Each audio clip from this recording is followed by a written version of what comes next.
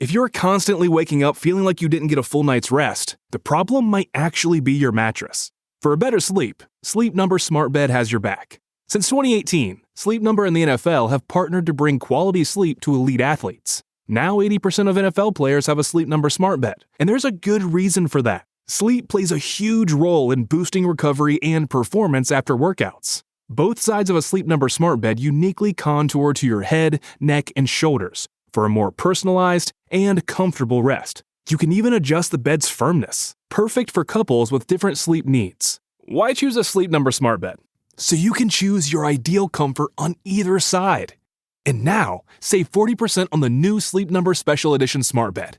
Limited time, exclusively at a Sleep Number store near you.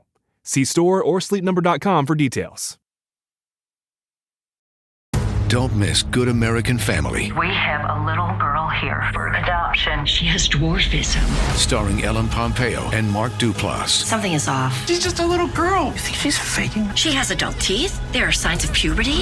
Inspired by the shocking stories that tore a family apart. I don't know what's going on. How old are you? You should get a lawyer. You have no idea how those people hurt this girl. The Hulu original series, Good American Family, premieres March 19th, streaming on Hulu. At the Hyundai Getaway Sales Event, get deals so right, it almost feels wrong. Now's the best time to get that Hyundai car or SUV you've always wanted. Plus, every new Hyundai comes with America's Best Warranty and 3 years or 36,000 miles of limited complimentary maintenance. Don't think you can get away with all that? Think again. But don't wait. The Hyundai Getaway Sales Event is going on now. So visit your local Hyundai dealer today. It's a great day for a new Hyundai. Today, I'm sharing with you all an episode with Brett and Alice of the Prosecutors, Julia Cowley of The Consult, and me on the True Crime Times Substack's podcast feed. The True Crime Times is a new publication that's meant to do the things that I think journalism is made for. It is designed to educate us, to heal us, and yes, to entertain us. Something that has a transformative power of helping us that we often do not give it enough credit for. Built on these three pillars, the publication is designed to provide and highlight ethical true crime creation. Come check it out on Substack.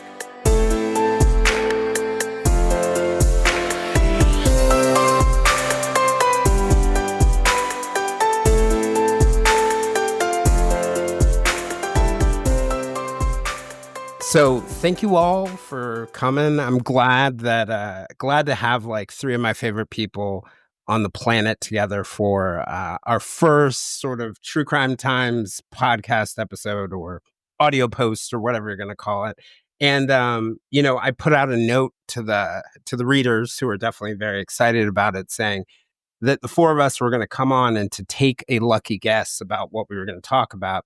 And then after all the real good jokes, eventually they concluded and they guessed that we would talk about true crime ethics. And I think for me, part of the reason why I wanted to have this conversation with you guys is, we've all had, I think, conversations about true crime ethics on our podcasts and had them individually together.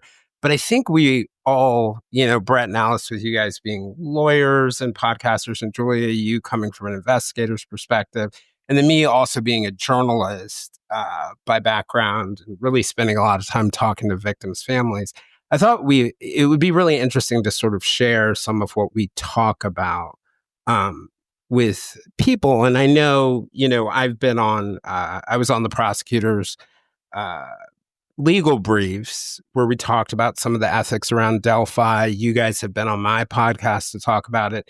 Julie and Brett, you guys did a great episode on true crime ethics, probably one of my favorite discussions about it. And I think a lot of this, at least in the community, for me, the community that I'm around, came to head, or not came to head, but I think got crystallized in the article that Brett and Alice wrote for Fox Digital, where you were writing about sort of the dark side of true crime. And, it's been interesting for me because it would be really easy to sort of like get on a high horse and say that we're purely ethical creators and other people aren't necessarily ethical creators. But I sort of think of ethics and being ethical just from a journalist's perspective. And I think just as a human being, it's this continuous process where we're all trying to do the best we can. And we run into all sorts of tough situations. But I maybe starting by asking you guys just sort of what you view as the important elements to being an ethical true crime creator. I mean, I'll jump in here. I think one of the obvious things when you talk about true crime is it's not purely entertainment. Obviously, people are drawn to it because of the very, core human nature of it all that binds us. It's happening to someone that could be ourselves. But because of that, because there are real people at the center of these, there are victims, and those victims are not singular. It's a web of victimhood. It is anyone who knows them. I mean, I think we've all been part of tragic situations where even if you personally don't know someone, if something within that particular situation resonates with you, it dredges up a lot of trauma that you've endured, maybe that you haven't even processed, it affects you. And so this web of being affected by true crime is very real, and it is at the very core of who we are as humans. That's why I think, there's ethics in all that we do, but especially with true crime reporting, it's so important because we are dealing with real people's lives, even if they are old stories, even if they are, horrific stories where entire families are wiped off the earth. That doesn't mean there aren't people left behind who are listening with not entertainment ears, but rather personal ears to what you're reporting. Yeah, I had this moment where the two worlds kind of collided. I don't know if I've told you guys about this, but I was in Minnesota. Julia actually appeared for our true crime podcast meetup, and I wrote about this for the Substack. But while we were there, we had true crime creators on, and literally I got a message from a friend that she had been choked by her boyfriend. As Jim Schmidt, who's Gabby Petito's dad, is up there talking about her case. And, Jim jumped in to help, and I wrote about that. But it was striking for me, about how generous and kind he was. But it was also this melding for me of these two worlds, this true crime that we cover with something that was very real. And I think it just resonated with me in the sense that, as I was paying attention to cases like that, I was imagining, people I know and how would they want to be treated, or how would their family members? And yeah, I think that's Julia, you? Well, I think Alice makes a good point, because when I started the show, I thought, well, I'll stay away from the real recent cases that haven't been adjudicated yet, and maybe focus on some older cases, which I have a passion for. But you make a good point that time doesn't necessarily make it easier for the victims' families. And I've talked with some victims' families about that, and in some ways it gets harder for them. They get to the point where, one sister of a victim said, "I think I may die and not have the answer." And so in some ways it gets harder. And it really resonated with me. And I don't know if you guys saw the recent documentary on O.J. Simpson in that case. And they interviewed Kim Goldman. And her pain is still palpable to this day. And I don't know if you guys remember them in court and them talking to the press. And it was just, back then, it was just the most painful thing to watch them suffer. And to this day, she still has that pain. And I'm like, this doesn't get easier. And she's like, if I don't do these shows, she's like, I don't want to do this show. But if I don't do it, who's going to tell Ron's story, basically? So I think about that. It doesn't necessarily even matter how old a case is. This is still very difficult for victims' families. And that's one of the most important things to me, is not hurting a victim's family member. The other thing is not hurting an investigation. And the last thing is not hurting a suspect and wrongly accusing them. Right. Without evidence. Right. So those are the three things that I think of just right off the top of my head about what I think of when I do my show. And just to echo something Julia said, I think I have learned more about and I know I have learned more about the ongoing pain, the generational trauma, the lifelong loss of victims and their families from doing this podcast than I ever did in the law. You see it, particularly, when you have a trial and there's a real victim and the victim's family's there and they're waiting for the jury to come back and they're on pins and needles, but then they sort of go on and you don't really get to know them as well as you do, frankly, when you're looking into some of these stories. And for me, I actually really hate doing recent stuff. Like, I really enjoy the prosecutors where we do older cases that aren't as hot and aren't as controversial.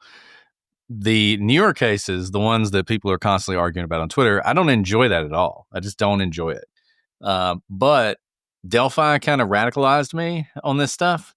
Even talking about this whole idea of ethics and true crime, seeing that family and how they suffered and how they were being sort of continuously re-victimized by people who, some of them lack scruples, but some of them just don't think about it.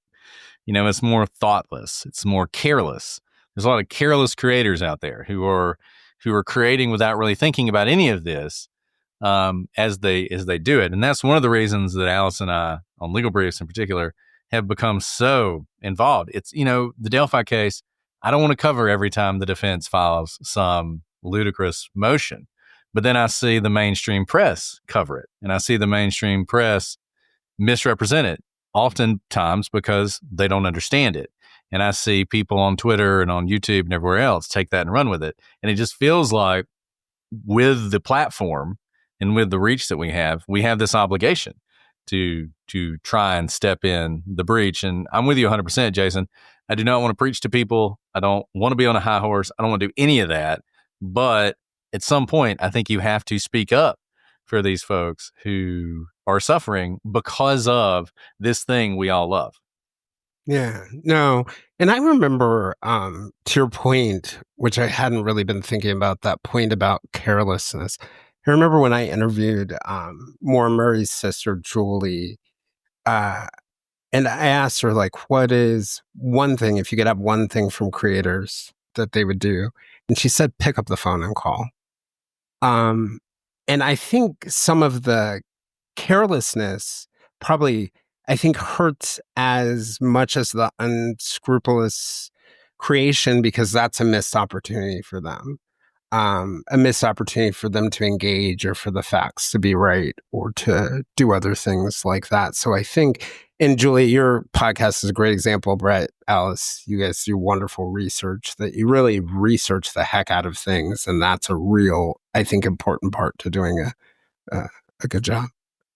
Yeah, and kind of just summing up, the really insightful thoughts from Julie and Brett is something that, repeatedly goes through my mind is, historically, as a lawyer, I've always thought, oh, you go to the law for justice. The law is where you find justice. But through podcasting, it has really hit me that while it may not be media or stories that bring justice, what we can do is to prevent injustice. What Julia was saying, accusing the wrong suspect, doing side-by-sides online and ruining someone's life. We are seeing this in the hot cases right now, the internet troves going after a person without any basis. And I think with ethical, reporting on true crime, even if we can't do something like bring justice, because I do think that comes through the courts, you can prevent the injustice by honest reporting and crowding out those careless voices. Careless, I think, is being generous, but there will always be voices to fill the void. And that's where I really realized, I used to think, why add another voice to it? But if your voice, the honest, trying to reach the truth voice, isn't there, it will be filled with something else that may not be trying to seek, the truth and ethics. Right. And I think, like, going back to your point, Julia, about Kim Goldman, there's this quote she gave, I will mildly butcher it, but she basically said to keep the family stories alive and to also be present and to have the right story told. You know, if the family doesn't set the record straight, then people are going to come up with their own narrative, whatever it is, the most convenient or the best narrative. And then Julie had said separately at one point, she had said that Maura disappeared twice. She disappeared when she actually disappeared, and then she disappeared into, I think she said, a sea of misinformation. And one of the things that Julie and both Kim, this was, I forget what event, but it was a National Victims Center event, said, but one of the things Julie said was basically, you know, when information is pushed out wrong, the burden comes down on the family and the victims to correct it. And I remember seeing that and thinking to myself, you know, this might be the one thing I disagree with Julie Murray on. I actually think the burden is on all of us as creators, you know, for true crime consumers too. I think I think the family shouldn't just be carrying that weight, if that makes sense. And that's one way I think good creators can contribute, by helping carry some of that weight with facts, of course. But what are your thoughts on that? Well, I mean, I guess it goes back to this whole notion of what do we owe to the communities that we're connecting with? You know, when we started this, it was just for fun, right? I mean, we weren't even thinking about this. We did not come in with some great lofty idea about what we were going to do. I mean, we did want to demystify all these cases, and we did Elisa Lam as our first case for a reason, because she was re-victimized by the coverage of her case. A case that is very clearly the result of mental illness was turned into this spooky, mysterious, you know, YouTube adventure, basically, that people created their own adventure for. And we wanted to do that, but we weren't thinking of it in that way. But I've come to believe that you're right. And I don't claim to have all the answers. You talk about research. I mean, we research a lot. We still miss things. I really feel like, I think the number of careless and lazy people is much bigger than maybe we even think about. Like, I think there are some real bad actors in the space, but I think there are a lot of people who just don't even try. We try and get it wrong sometimes, right? But I think there are a lot of people out there who don't even try. They make no effort to clear up misconceptions. They don't put any effort into researching something. They jump to conclusions that aren't justified. And sometimes it's hard. Julia's doing Ellen Greenberg right now. That is a very delicate case for a lot of different reasons, not the least of which because a lot of people who look at that case immediately jump to her fiance murdered her, right? And we tried really hard not to go there. When we talk about him, we talk about sort of some of the stuff around him, but it is so easy to fall into that. And we see people do it all the time. And I think all of us who are in this space have to hold ourselves back because it's really easy to go down that path. And when you go down that path, you tend to see your downloads go up. So that is another temptation that's going to continue. And I don't, we talk about what is the answer and how do you handle it. You mentioned journalism. Journalism has sort of an ethical code. Obviously, prosecutors have an ethical code. People in law enforcement have an ethical code. It's been developed over a long period of time. This is new media. I really feel like there is no code. There are no arbiters. There's no one to enforce it. It really does fall on every creator to do it themselves. Get this, adults with financial literacy skills have 82% more wealth than those who don't. From swimming lessons to piano classes, us parents invest in so many things to enrich our kids' lives. But are we investing in their future financial success? With Greenlight, you can teach your kids financial literacy skills like earning, saving, and investing. And this investment costs less than that after-school treat. Start prioritizing their financial education and future today with a risk-free trial at greenlight.com/Wondery. Greenlight.com/Wondery. This new year, why not let Audible expand your life by listening? Explore over 1 million audiobooks, podcasts, and exclusive Audible originals that'll inspire and motivate you. Tap into your well-being with advice and insight from leading professionals and experts on better health, relationships, career, finance, investing, and more. Maybe you want to kick a bad habit or start a good one. If you're interested in learning how to master your emotions and hearing scientifically backed advice for using your emotions as a tool, may I suggest Shift by psychologist and bestseller author Dr. Ethan Kross? Trust me, listening on Audible can help you reach the goals you set for yourself. Start listening today when you sign up for a free 30-day trial at audible.com/Wondery. That's audible.com/Wondery. If you're running a retail business, don't let disorganized order fulfillment cause chaos. Use ShipStation instead. From running a business out of your garage to multiple warehouses, ShipStation is ideal for every phase of your growth. Save time with one login for all your stores and by automating tasks. Plus, you'll get the best shipping rates from global carriers. Calm the chaos with the shipping software that delivers. Start a free trial at shipstation.com/audio. That's shipstation.com/audio. I agree. I do all my own research, mostly because I don't trust anybody.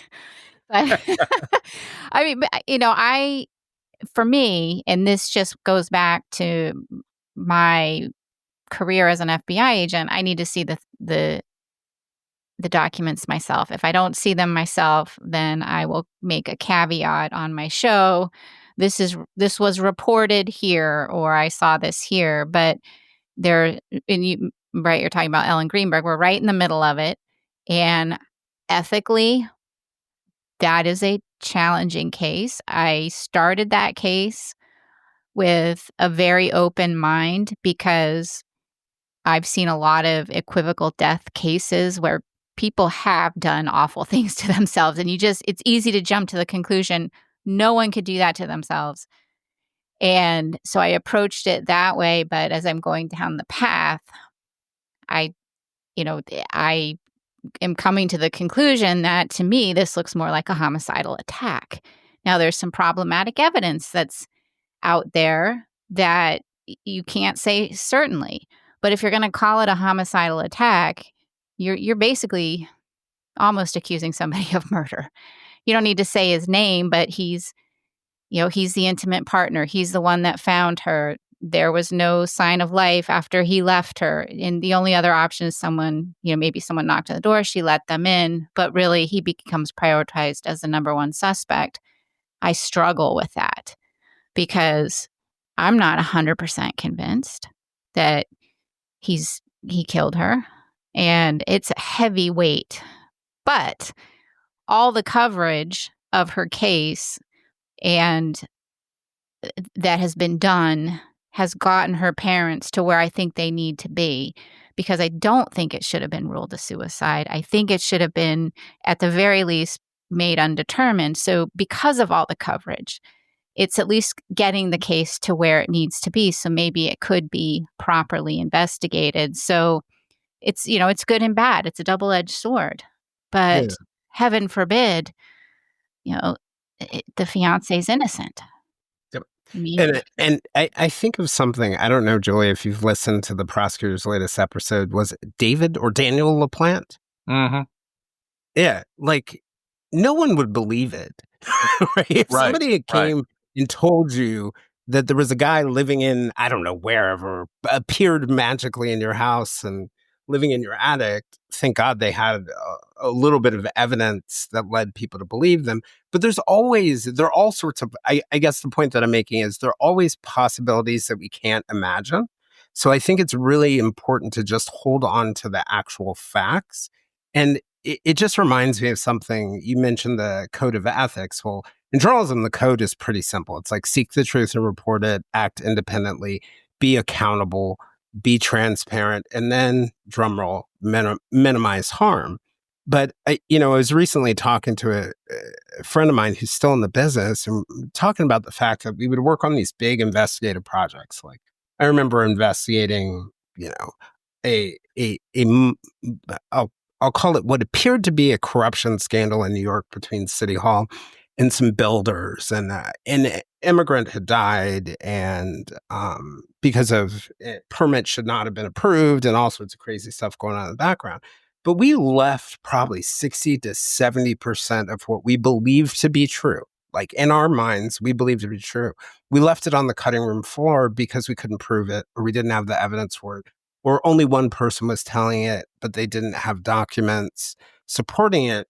But I think a lot of people, to your point, Brett, they make the leap to what they feel is likely, or the sexiest story, or whatever it is that drives the downloads for them, or whatever it is, clicks or other things. Something within the law that we operate in gives us guardrails that don't exist in new media. When we work within the law, there are the rules of evidence. Same with law enforcement. There are certain things you can do to try to elicit testimony. There are certain things you can't do that are illegal. But one really good example is in the court of law, typically you're not going to be allowed to talk about all of their other bad acts. So if you have someone who is accused of sexually assaulting a woman, and you can't bring in all the other times they were convicted, typically, of all the times that they've sexually assaulted other people. Now, when we tell a story, obviously, especially when you report on it, it makes sense to try and understand the profile of who you're dealing with. And it's not necessarily irresponsible to say, this person actually has 6 convictions for sexual assault of women, and now he's on trial for another one. But there's a reason that those rules of evidence have been developed over time, and we've weighted and balanced and decided that there are some things that, even if helpful in the court of law, are too prejudicial, make up the juror's mind too much in favor of something that maybe the facts don't quite prove. And so because of that, we're willing to make these bright line rules that help protect convicting the innocent. Right? And we don't have to operate by those same guardrails when we podcast or report on true crime. And so it's difficult because it's not necessarily wrong in order to do it. But it's helpful to recognize that the guardrails that may exist in our other professions that help us stay within the ethical lines don't yet exist, may never exist in this new media. And so when you say 60 to 70% of what you are recording ends up on the cutting room floor, that is because you hold yourself up to a very high standard. But that 60 to 70% is going to be different for each creator. And so I think it's helpful to recognize that it's not all black and white. There's not just good creators, bad creators, like you started out with. The very definition of what we do is kind of the Wild West. And because of that, trying to understand what those guardrails are, even if they're not enforced against everyone, has a role. I think it's helpful for each of us to kind of determine what those guardrails are that we would operate within. Yeah, for ourselves, starting with ourselves. That, makes a lot of sense to me. One of the things, I like you, Brett. I think I probably got radicalized a little bit by the Delphi case. You may have noticed slightly. And you mentioned the point of, one of the continuous problems I think people run into too, on the newsier cases or the more current cases, not everything that everybody gets worked up about is important. And we see it with our listeners and Facebook groups and other places like that, getting very anxious about the latest filing. And sometimes that filing means nothing, or it's really unimportant.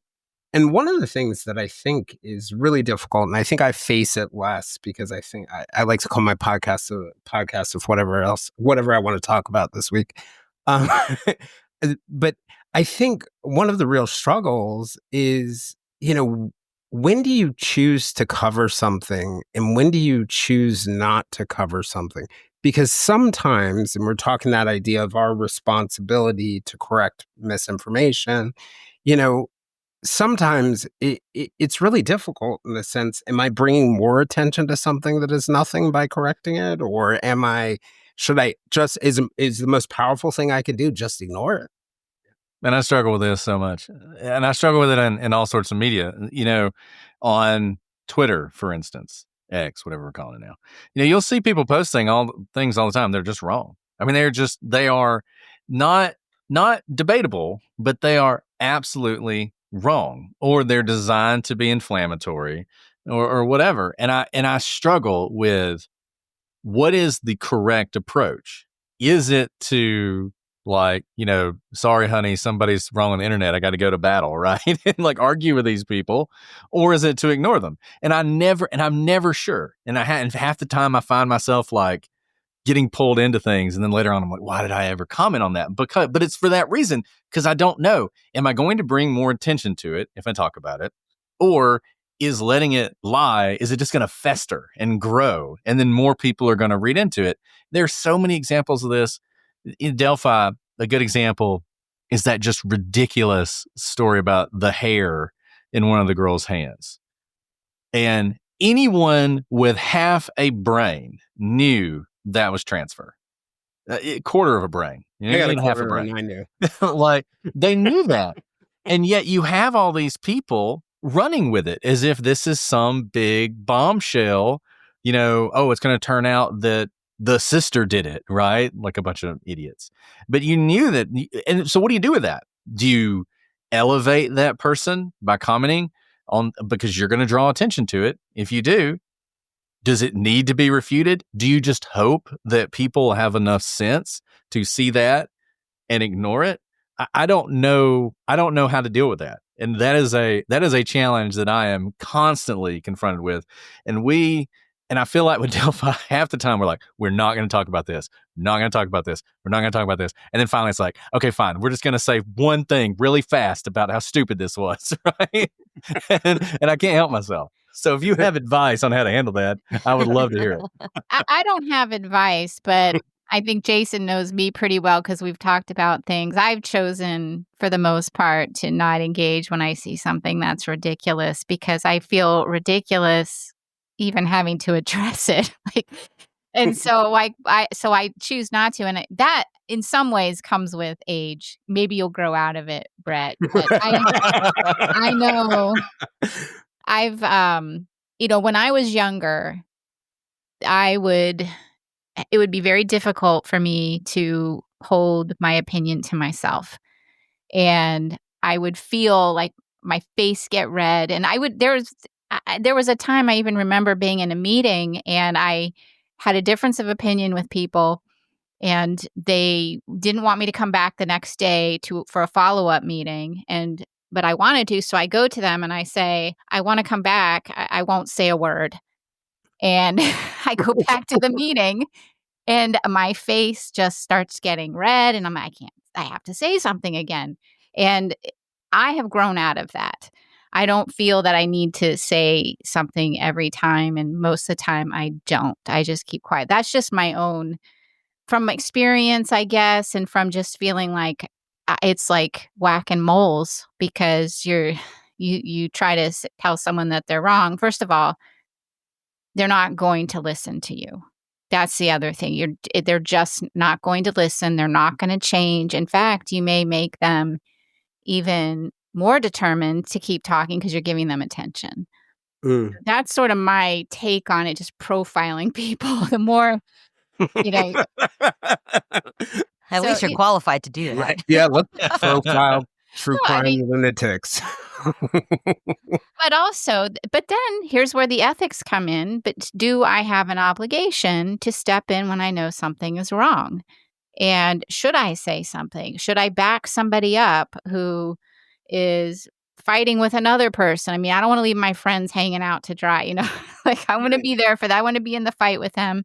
But so there's a dilemma that you have. And so I know I sometimes think really carefully. Sometimes I even start to respond to something and then I just don't respond. And then it does, for me, passes. I don't feel it festers. I'm like, okay, I'm over that because it's so fleeting. X and Twitter, any kind of social media, it's so fleeting. People forget and they go on to the next. It's kind of interesting. As you were talking, I definitely see that. I'm more likely to jump in. Brett's more likely than me, but I'm more likely than you. But yeah, I've but you're noticed different because you really think you can talk to people. You have that counselor, and I mean that you have that counselor in you where you think, let's have a nice conversation. Yeah, whereas might as Brett's well. like, you're a moron. And Jason believes in the good of people. It's a 1-2 punch. Yeah. Jason really wants to have he believes the best in people and that they're saying things out of the goodness of their heart, and he can teach them the ways, and he can hear them out and have that conversation. And Brett, on the other hand, is just like, he's not having it. I don't mean to interrupt, but which makes it really funny when Brett and I are on the same chain. Which is why, actually, I'll circle this up and be on the complete end of the spectrum, which is funny because obviously we are all on social media based on the new media we are part of. I really hate talking about true crime on social media for that exact reason. Most people go, and I say social media in the sense of where there's no real interaction, where you can actually talk to each other, because I think people go there to make their 180 character bomb and run away rather than to actually change minds and hearts. And what I said at the very beginning, how we are not just dealing with, exciting news and fun bits of information. We're dealing with real people's lives. And because of that, the delicacy of it, it's a necessary evil in some ways of having to discuss it, because that's how you raise awareness. It's how you get people to know about your cases. It's how you draw attention. So obviously we need to use it. But in terms of having those discussions, I actually feel very torn about it, because I feel once I enter the fray, I am at a much higher risk of contributing to that unethical reporting, even though I'm not reporting. It's just tweeting. It's just responding to someone on Reddit. But because of who we are, because we have platforms, that is in itself a heightened level of speaking that people assign more weight to. And I feel a lot of, I personally have a lot of inner turmoil in terms of the weight that carries. That's not, it's just a personal thought within it, because there are people who can dash off a tweet, without thinking about it. With me, I really, truly struggle with, am I adding to the noise? And if I am, I tend to not want to do it, kind of like Julia. There's good that there are both types of people, even on this chat. Yeah. Well, I agree with you. I think we're kindred spirits, because I feel the same way. And I do choose my words carefully when I put them on social media. And because I do feel a responsibility, but I also feel too, like I do use social media only for my show. It's really to promote the show. So if people really want to hear my in-depth analysis, it's so much easier to just listen to the show than for me to try to tweet about it, because it's really not, it may not come across the way it's intended. So, but I feel exactly like you do, Alice. Yeah. And that's also a great thing about podcasting, I think, even though it's not necessarily interactive. I know you guys do your lives and can have some interaction with your listeners. It allows you to have nuance that you can't necessarily have on other social media platforms or other forms of communications. I'm curious for you guys, like, what are some of the tough moments for you when it comes to sort of making ethical decisions about what to include or not include? And just giving you an example, for me, I tend to drop my episodes with minimal editing of what people say, because it's an interview-based podcast. Very rarely do I cut something out unless we had like a 9-hour conversation. But there have been a couple moments in true crime interviews where people have made, let's say, speculation about something, and speculation about a case I can think of recently where, I had a really smart person on talking about a couple different things. And I was sort of uncomfortable putting in the theory, and I went back and forth because this is really, really smart person. And I put myself ultimately in the shoes of the family members, who actually, all three of the families I had spoken to. And I just thought, okay, if this was about my family member, how would I react? And decided to keep it out. I don't know if I did the right thing for my listeners or not, because the person could be dead right. I mean, there's no reason to believe that this person is wrong. But I'm just curious, what are those moments in the background that we might not all see? That what are the issues that you guys struggle with? Well, for me, I think. Oh, go ahead, Joe. No, you go I was ahead. just going to say, when we do our cases, we do a big chunk we spend on victimology. And there are times where I will leave certain things out about victimology because it's not necessarily, or it doesn't affect the case, and it's not necessary to come up with our analysis. It doesn't change the analysis. So that's the only time I consider leaving things out that I can think of. For the most part, you're hearing our discussion on a case that is how it would be at BAU. Yeah. I remember that, like when I was reporting, one of the things that I always think about is, you want a story to be good. You want it to be very gripping. You want to pull in your readers. But if I have a gratuitous fact that's going to harm someone, that may be really, really interesting to my readers, but isn't necessary to tell the truth of the story, let it go. Like, let it out. So you have a journalist instinct, I think, Julie.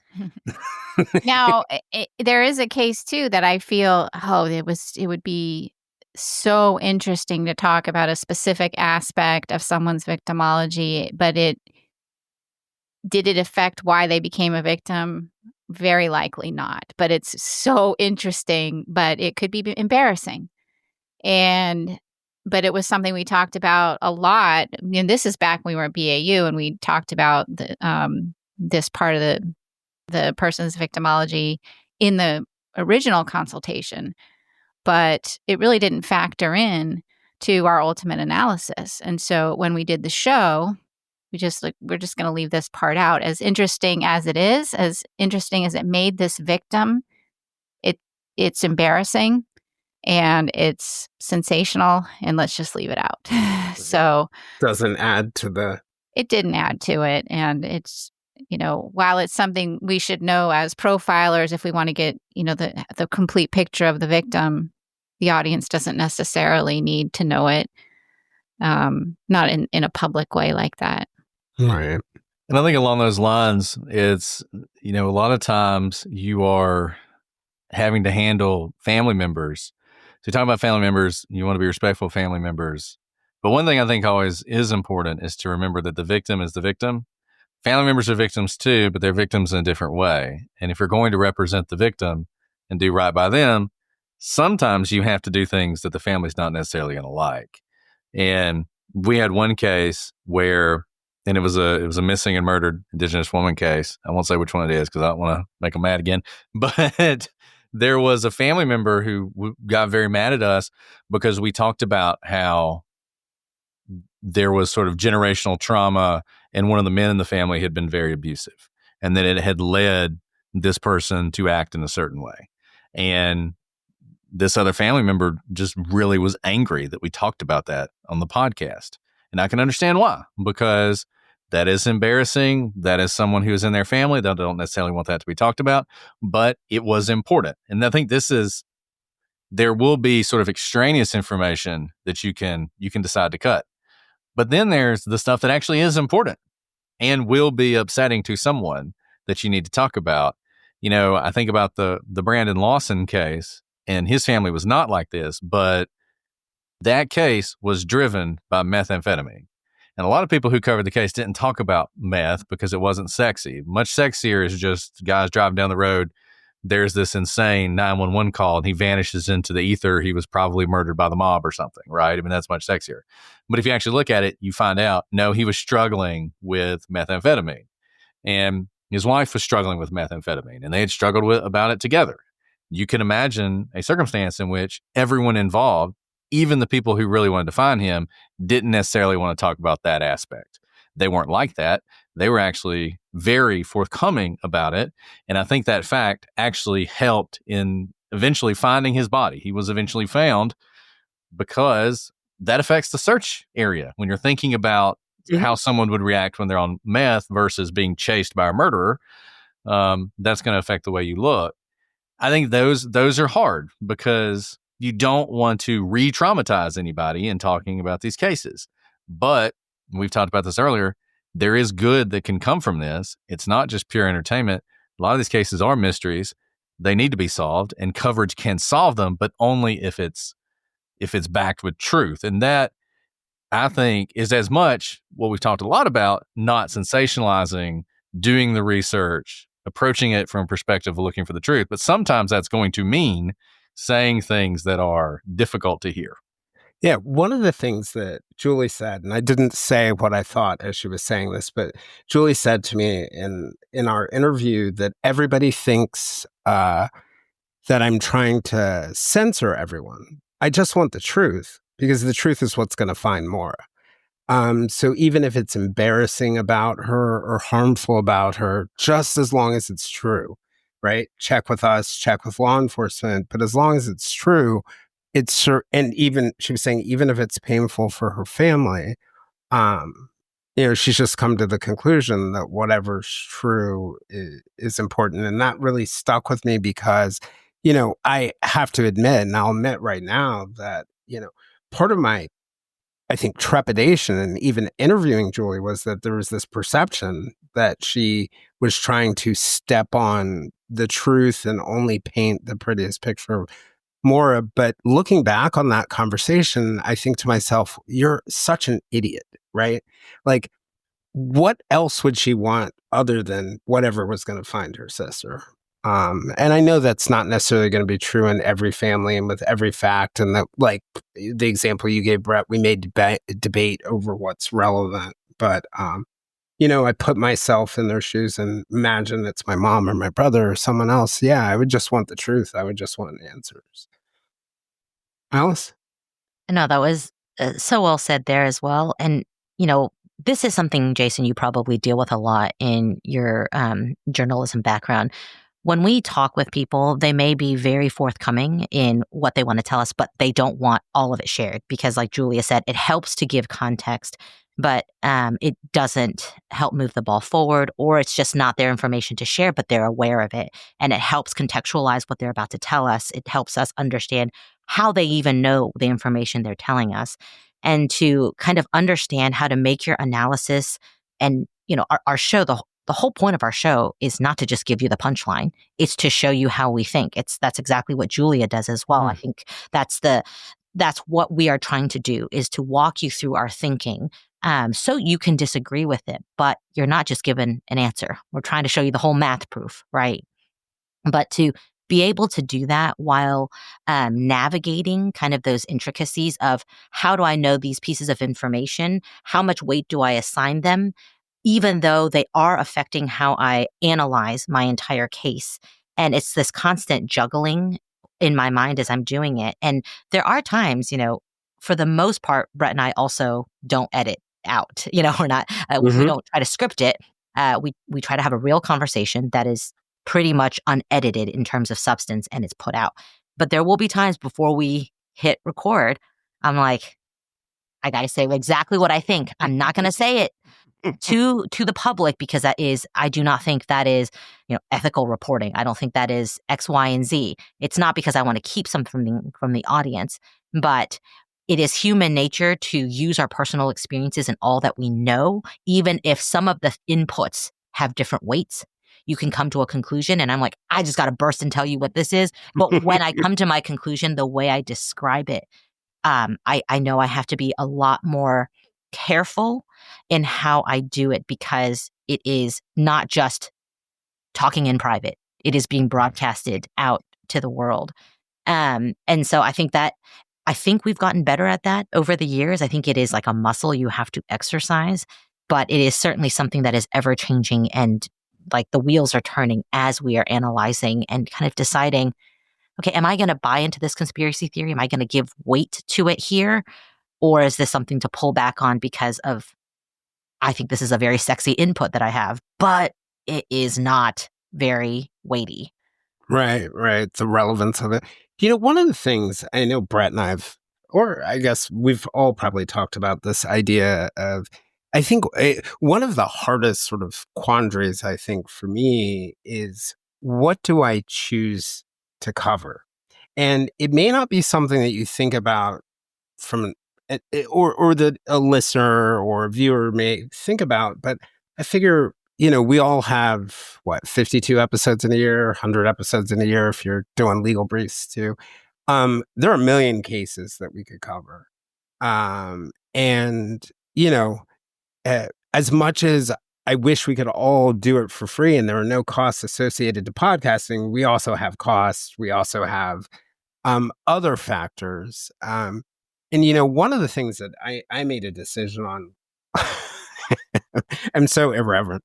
The first time I did a missing and murdered Indigenous persons episode in January of last year, I saw my downloads go down on that episode. And I was like, this is one of the best interviews I have ever done. And so being Jason, I decided okay, I'm going to do 12, 13 more of these this year. But I'm just wondering, how do you, thinking about it in that broader context that we've been talking about, how do you decide what to cover and what not to cover? I always thought in journalism, that was the biggest decision. The New York Times real estate on the front page is a very, very, very, limited space. And what we choose to cover is almost as important as the way.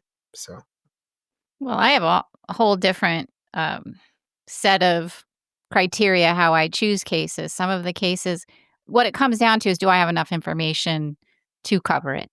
Yep. Accurate information, not media reports. Do I have access to some files, some interviews? So a lot of the cases we have already worked on, and we talked with law enforcement and they've given us permission to discuss it. Or, some of the cases we covered, they've already gone to trial. So you have trial transcripts, you have all that information. Or there's a civil case that's ongoing that you can have access to some of the investigative reports. So that's really how I choose a case, if we have enough information. And listener requests, I'll check. I have a whole list of cases, okay, what can I get access to? I'll reach out to sometimes the investigative agencies. Most of the time they say no, but I always try. Family, just see what's available. And then I just have my own personal cases that I'm interested in.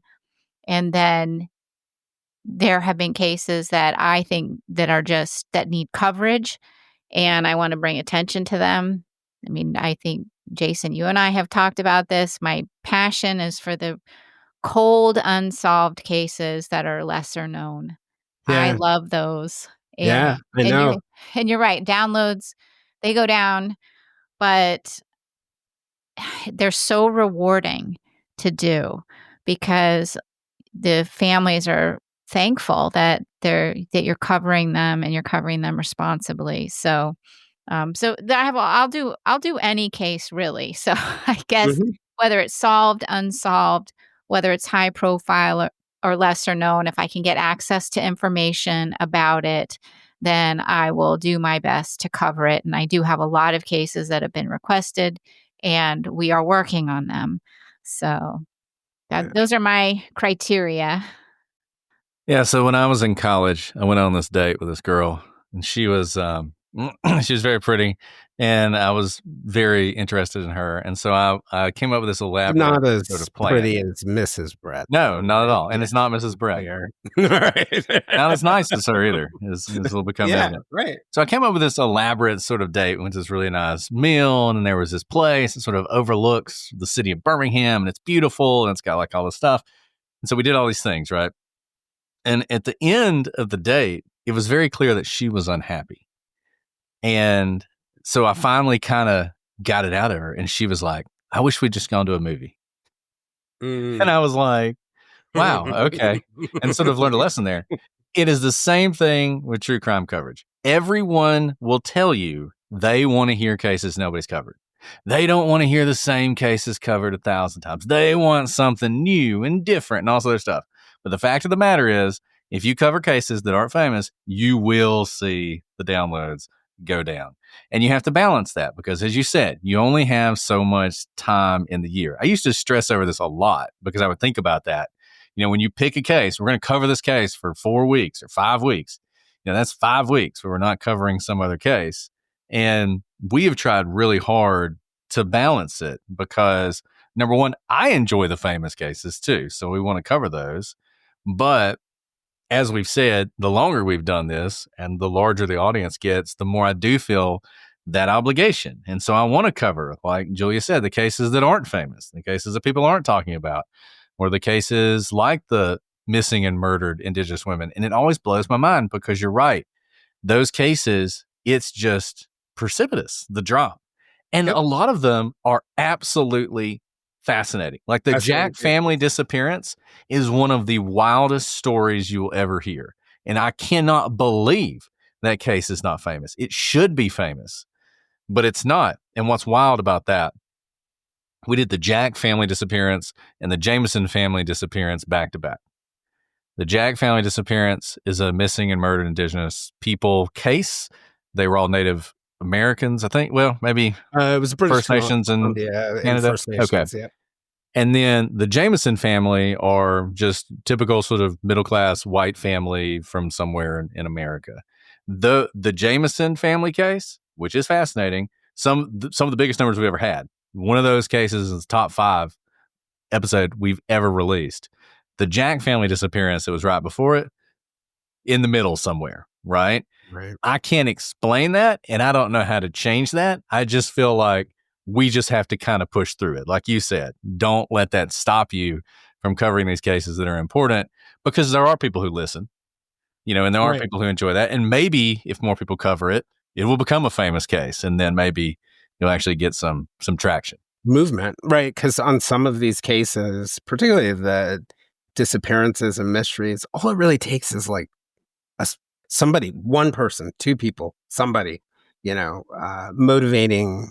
For me, I just feel at times that it's worth it. I've noticed something, and maybe I'm making this up in my head, but whenever you guys do like a really, really big case, pick your Adnan, Murdaugh,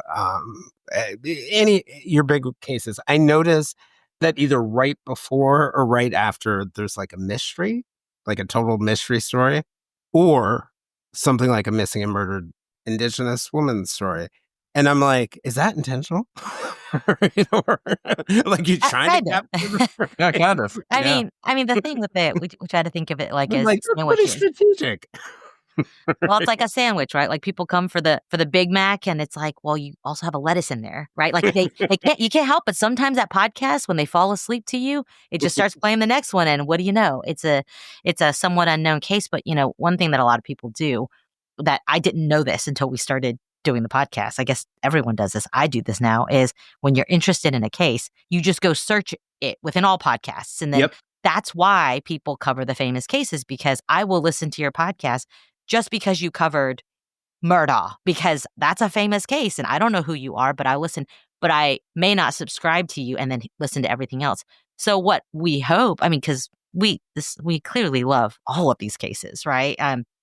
What we hope is that we do such a good job on the ones you do listen to that you'll subscribe and then want to hear the other ones. And that's okay though. If we are the only podcast that pops up when we are not, but if we were the only ones who popped up when you searched the Jack family, then great, because maybe that will be fodder or encouragement for another podcaster to say, someone else has done it. But, a lot of people listen to them. I should do it too. I'm interested. I'm not the only lone wolf out here who thinks this is interesting and wants to find justice for these victims. If it can be as simple as that, I think it's worth it. And we always say, we say it to everyone who asks us. Everyone wants to say, well, what should I cover? I'm starting a new podcast. And we say, we'll give you all the notes. Cover these cases. Don't cover the big ones. Those are well reported. Be another voice for the, missing and murdered Indigenous people. You won't go wrong there. I wrote about this in the article that I wrote, but you guys really brought me to the Ashley Loring heavy runner story. She went missing in Montana, and it's really interesting to think about it. But I think just listening to your episode, it's changed the trajectory of my life, my focus on missing and murdered Indigenous people. That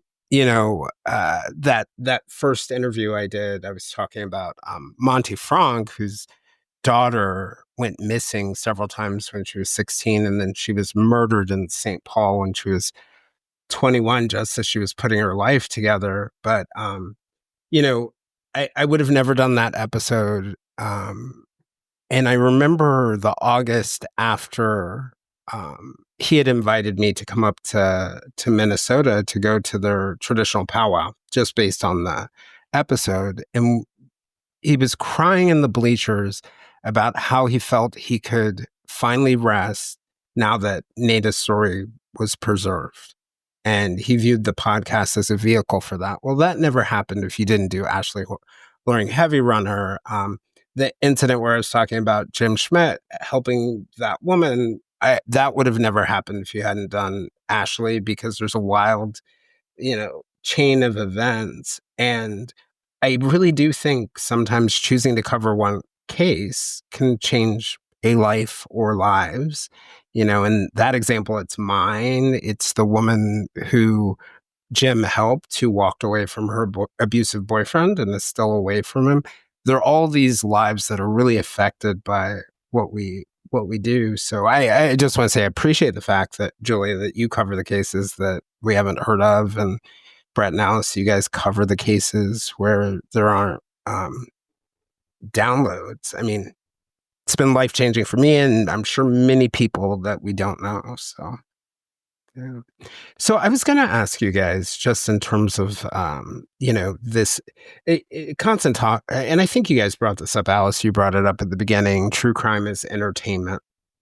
And, one of the things that I used to say, this was when I would go and give talks when I was at the Times or I was at the Globe, we'd get invited to go talk to schools or go talk to a library. And I would always tell people that when I was in high school, I became interested in journalism truly because one of my classmates, a guy who was just really nice to me in my freshman year where I'd moved from Georgia to Virginia, he was murdered in, Northern Virginia, leafy suburbs. Murders don't happen. He and his cousin over our winter break had been taken out and shot execution style. And a reporter from the Washington Post came to our school, and I was working at the student newspaper then. Any smart reporter covering high school pro tip, call the student newspaper.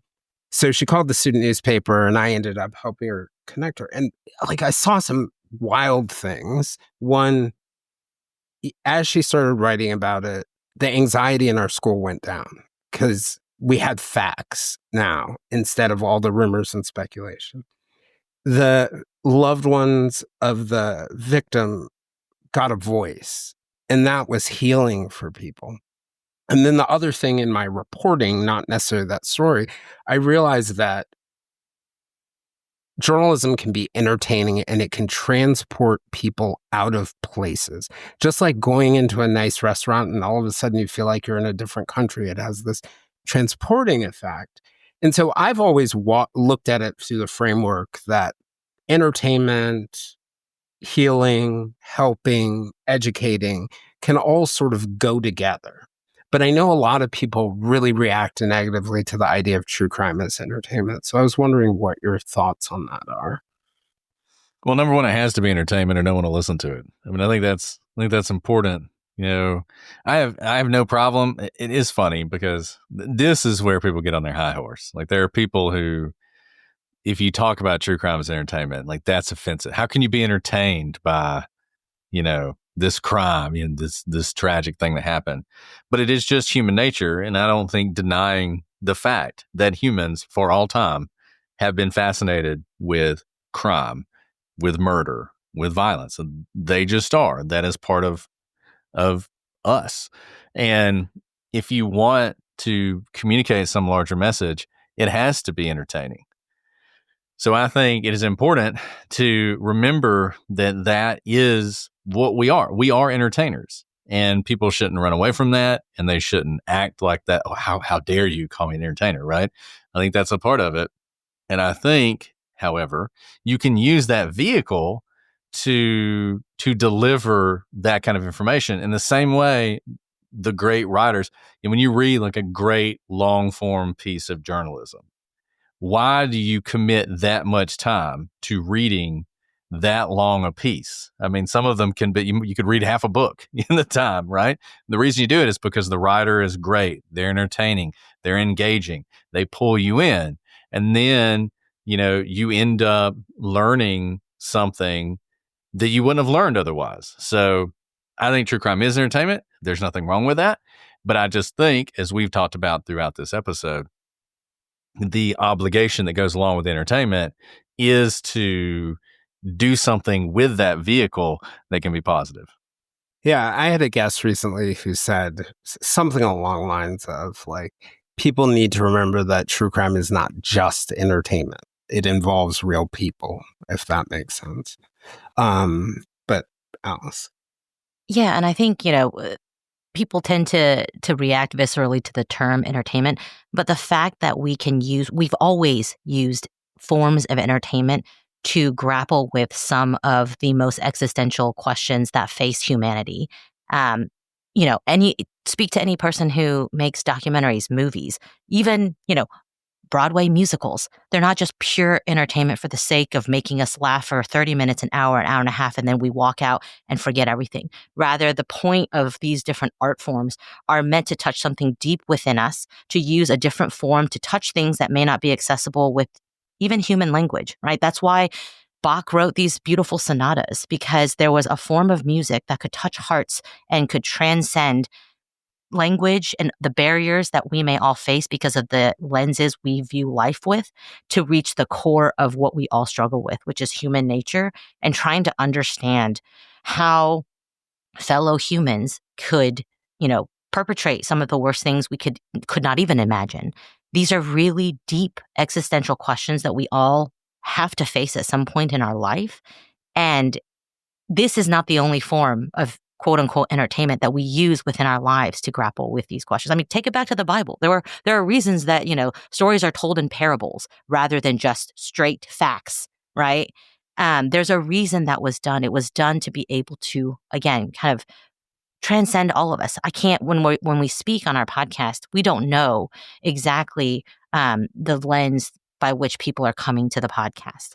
But hopefully in the way that we storytell, it can end up touching people that we didn't intend to in the first place, because we are not just reading a straight police report.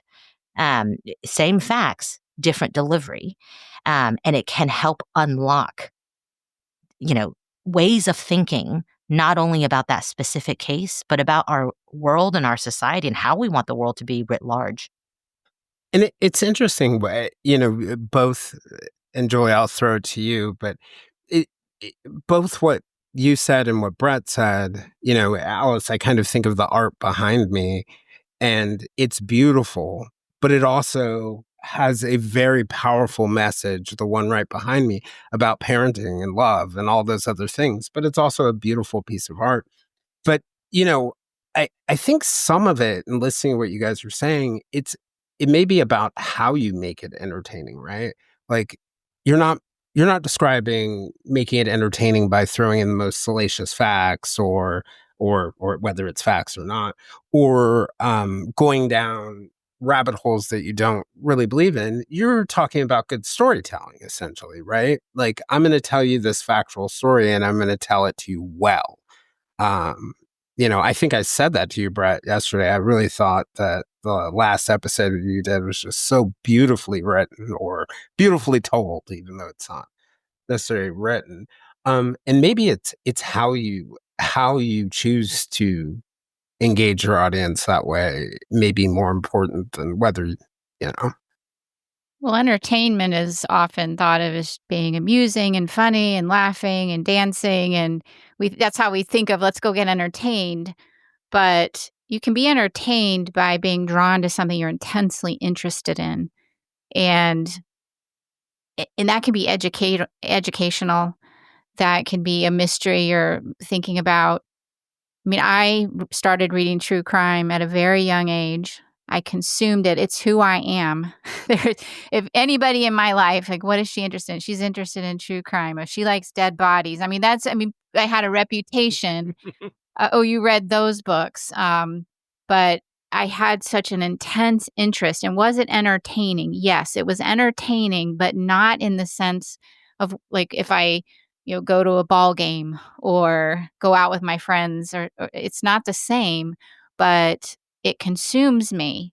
I'm interested. I think I want to solve. I want to figure it out. It's what drew me to law enforcement. It's why I wanted to help solve murders. I wanted to be a part of the solution.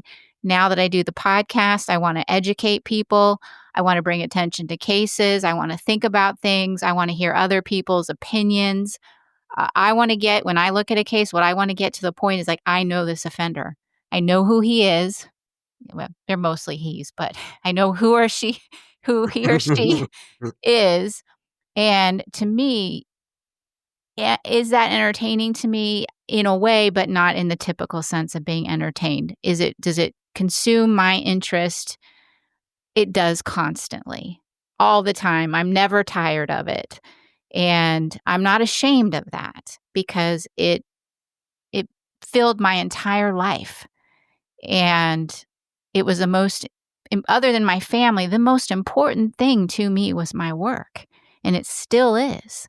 True crime took you to law enforcement and then back to true crime. Yeah. And still, still working with law enforcement on some cases and still working with retired people and now working with victims' families. And all of that is just still part of what drew me in the beginning. But do I think, the cases that we talk about, and they're horrific. I have an immense amount of empathy for people. And so am I entertained in the sense that I just think it's fun? And no, not at all. But I'm thinking about who would do this, what happened here, what did they, what's the evidence telling us? I'm thinking intensely about it, and it draws my interest almost more than anything else other than maybe my kids' activities or what's going on with them. It consumes my interest constantly. So that's how I view it. Is that entertaining? I guess so. I'm constantly being entertained by these things, but the response is not, it's fun and lively. It's intense. I just thought probably for the first time, or at least consciously, about like what drew me to true crime, and listening to you and Alice right now talking about it. I think it's always been for me the same thing that drew me to journalism, same thing that drew me to psychology. I love to understand the way people tick. I love to understand why people do what they do. And I don't think that comes out of an anxious place, but like understanding the world and how people are going to act and that kind of stuff it's just fascinating.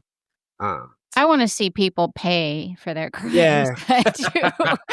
That's you and Brett. That's Justin. That's you and Brett. I'm more on the part of it. Yeah, part of it understanding. Like, but we figured them out. Let it go. Yeah. No. What they did.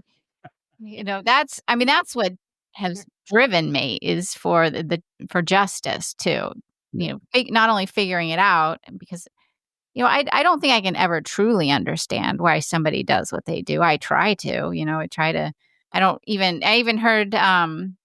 heard another retired profiler on a podcast just recently, and he was talking about how he put himself in other people's shoes. I don't really do that.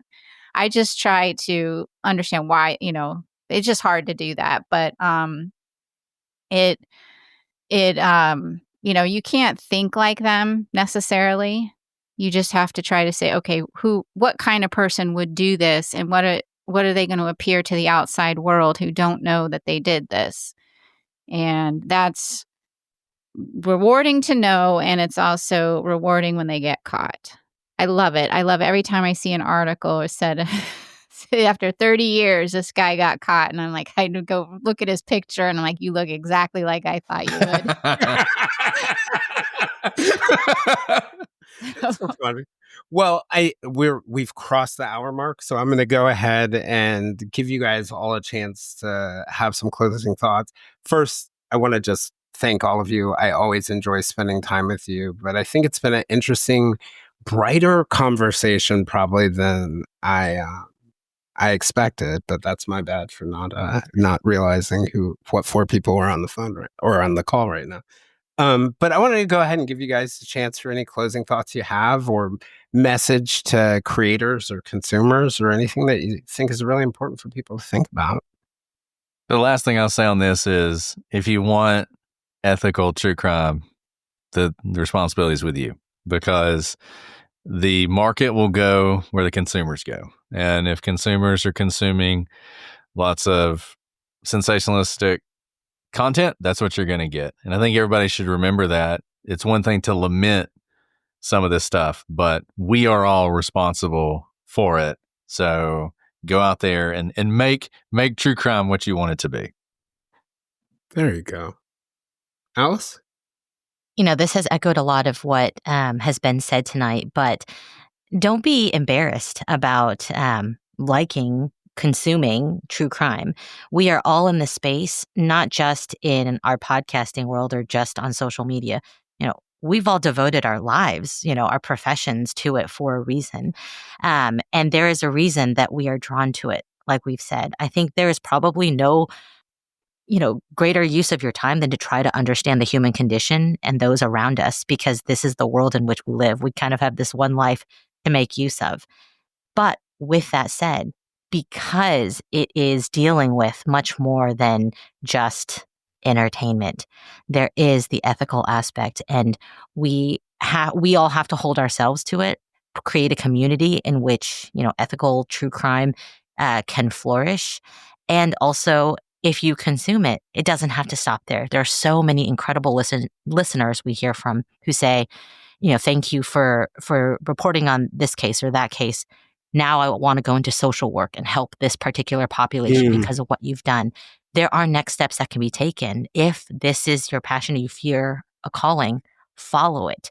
Because so often in the cases that we cover, and also just in our experience in interacting with people who listen to our podcasts, sometimes truly one person answering a call or raising their hand changes the course of history. And that can be you. You don't have to have a degree necessarily to do that. But listen to what your heart is drawn to. There is a reason you are drawn to this. Now figure out why and do something with it. And I think I'll just add for creators and consumers of true crime, and this goes for all of us, including myself, put yourself in the shoes of the family, the victims' families, and the victims, and think to yourself, would I want this said about me? And if you wouldn't want it said about you or presented in a certain way about your family, then either don't do it or don't listen to it. Yeah. It's a really good point. Our ears, our eyeballs are, to Brett's point and to that point, are what drive what creators are going to do. So I think those of us, all four of us are consumers. So I'll say those of us who are consumers are really going to decide, probably more than any creator can, what direction true crime goes in. So thank you guys. I really appreciate it. I look forward to hearing you on your podcasts and my podcast and each other's podcasts and this one in the future. So thank you, Jason. Right. Thank you. Thank you, Jason. If you'd like to join us for more discussions with me and other listeners, we can be found on most social media platforms, including a listener-run Facebook group called the Silver Linings Fireside Chat. For those of you interested in true crime, you can check out our new publication, The True Crime Times, on Substack. For deeper conversations with our guests and live conversations with other listeners, early and ad-free episodes, and to support the podcast, you can also join us on our Patreon at www.patreon.com/The Silver Linings Handbook.